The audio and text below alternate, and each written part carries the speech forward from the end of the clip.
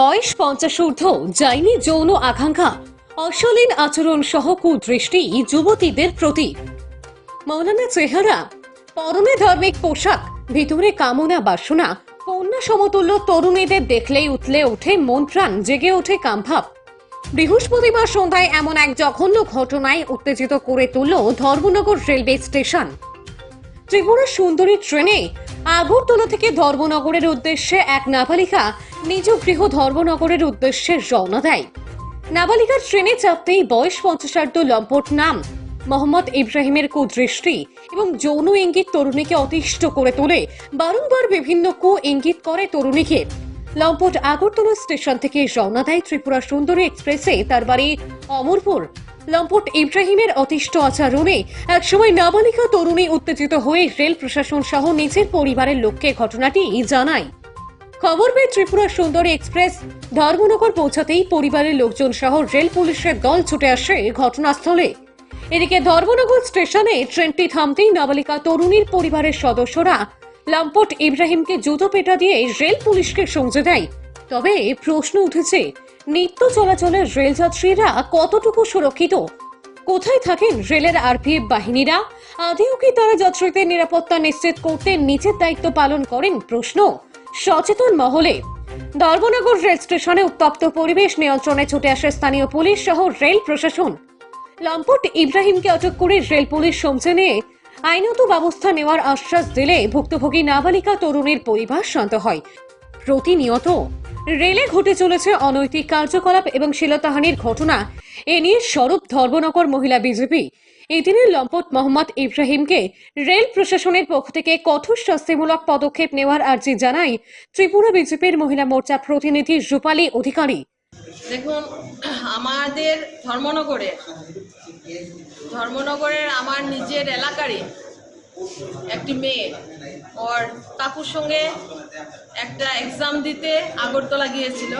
ত্রিপুরা সুন্দরীতে ওরা রিটার্ন যখন করছিল তখন মোহাম্মদ ইব্রাহিম নামক একজন বয়স্ক ব্যক্তি ট্রেনের মধ্যে ওর সঙ্গে ন্যাক্কারজনক আচরণ করেছে। মানে জার্নিতে আসছে, ভেবেছে সারাদিন পরিশ্রমের পর ওর কাকু একটু শুয়েছে। ও মেয়েটা 18-19 বছরের যেহেতু আছে, সামনে আরেকজন আছে, ওর অপোজিটে গিয়ে বসছে মোহাম্মদ ইব্রাহিম। আমি যেটা শুনেছি, ওর নামও মোহাম্মদ ইব্রাহিম, আমাদের কেউ পরিচিত নয়। তারপর এখানে আসার পর আমাদের স্টেশনের এলাকার যুব মোর্চা, মহিলা মোর্চার এবং ভিকটিম ফ্যামিলির সবাই আত্মীয় স্বজন গিয়ে ওকে জিআরপিএফ থানার কাছে হস্তান্তর করেছে এবং তাড়াহুড়োতে ও নিজেই পড়ে গিয়েছে।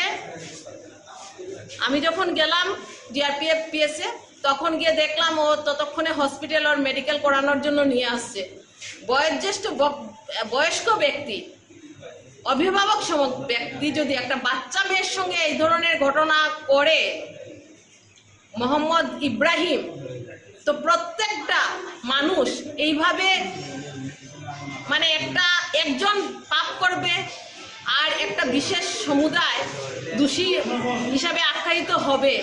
তো এই জন্য আজকের এই স্থান থেকে আমাদের পুলিশ প্রশাসনের কাছে বিনম্রভাবে অনুরোধ এবং আমরা অ্যাপ্লিকেশন করেছি যাতে করে সঠিক তদন্তক্রমে, এবং এভিডেন্সও আছে, পার্শ্ববর্তী যিনি ছিলেন উনি ভিডিও করেছেন সম্পূর্ণ ঘটনাটাকে, তার জন্য সঠিক তদন্তক্রমে যাতে অপরাধীর কঠোর শাস্তি হয়। আমরা দেখতে পেলাম জিআরপিএফ একটা পেশেন্টকে এখানে নিয়ে এসেছে, কি হয়েছে আপনি বলুন, এবং পেশেন্টের কি নাম? পেশেন্টের নাম ইব্রাহিম, মোহাম্মদ ইব্রাহিম, 50 বছর। As per police Dharmanagar police station থেকে ওরা নিয়ে এসছেন অ্যারাউন্ড 8:30 PM সন্ধ্যাবেলা।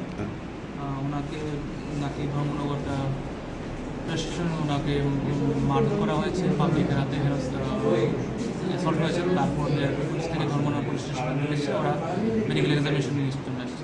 আমি এক্সামিনেশন করে পেলাম ওনার হেড ইঞ্জুরি আছে, মাথাতে খোলা আছে এবং শরীরে পিছনে অনেকগুলো আঘাতের চিহ্ন আছে।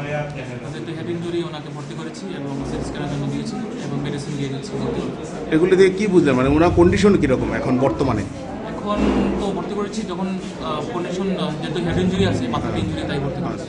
আচ্ছা, ওখানে শোনা যাচ্ছে উনি কথা বলতে পারছেন না বা কি, এইসব কিছু আপনার ট্রিটমেন্টে কি আসছে নাকি, যে উনি কথা বলতে পারছেন না? কথা অল্প স্বল্প বলছেন, সম্পূর্ণ কথা বলতে পারছেন না। যা আমি জিজ্ঞেস করেছি সবগুলো কথা উত্তর দেয়নি। হ্যাঁ, অল্প অল্প কথা বলেছেন, বাস মাথা ব্যথা, শরীরে ব্যথা করে বলছেন।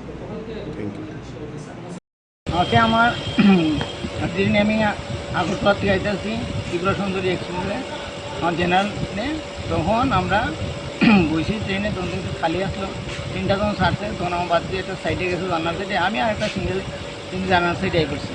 তো তখন ওই কোনাতে একটা মুসলিম বসলো, বসাত আসলো, সে ওই আমার বাদ দিয়ে উল্টা দিকে জানলার সাইডে গেছিল, গিয়ে বসে।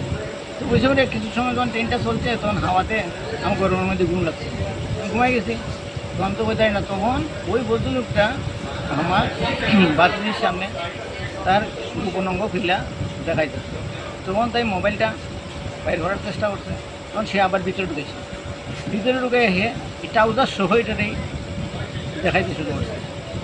ওই জায়গাটায় করার পরে তাই একটু বাথরুম লেগেছে, কাঁদছে, তো কিনারে লুকাইছে দৌড়িয়া। তো আমরা এসে আপনার ঘরে মানুষ উত্তেজিত হয়েছে, আমি আরপিএফের এক কাঁদছি, আরপিএফ রাতে দিয়ে দিচ্ছি। আজকে এখন কি ধর্মনগর আওয়ার পরে তারা না, তারপর ওই রেড ট্রেনে তারা এসি কামরাতে নিয়ে গেছে গিয়ে, তারা হেফাজতে নিয়ে গেছে গিয়ে তারা। তারপরে তো আমরা বইয়া ধর্মনগর আইসি, আমাদের পরে ধর্মনগর আরপিএফে রেলের যারা আসলো ডিউটিতে তারা সঙ্গে দিয়ে গেছে। ব্যুরো রিপোর্ট, যুব বিচিত্রা ডিজিটাল ডেস্ক।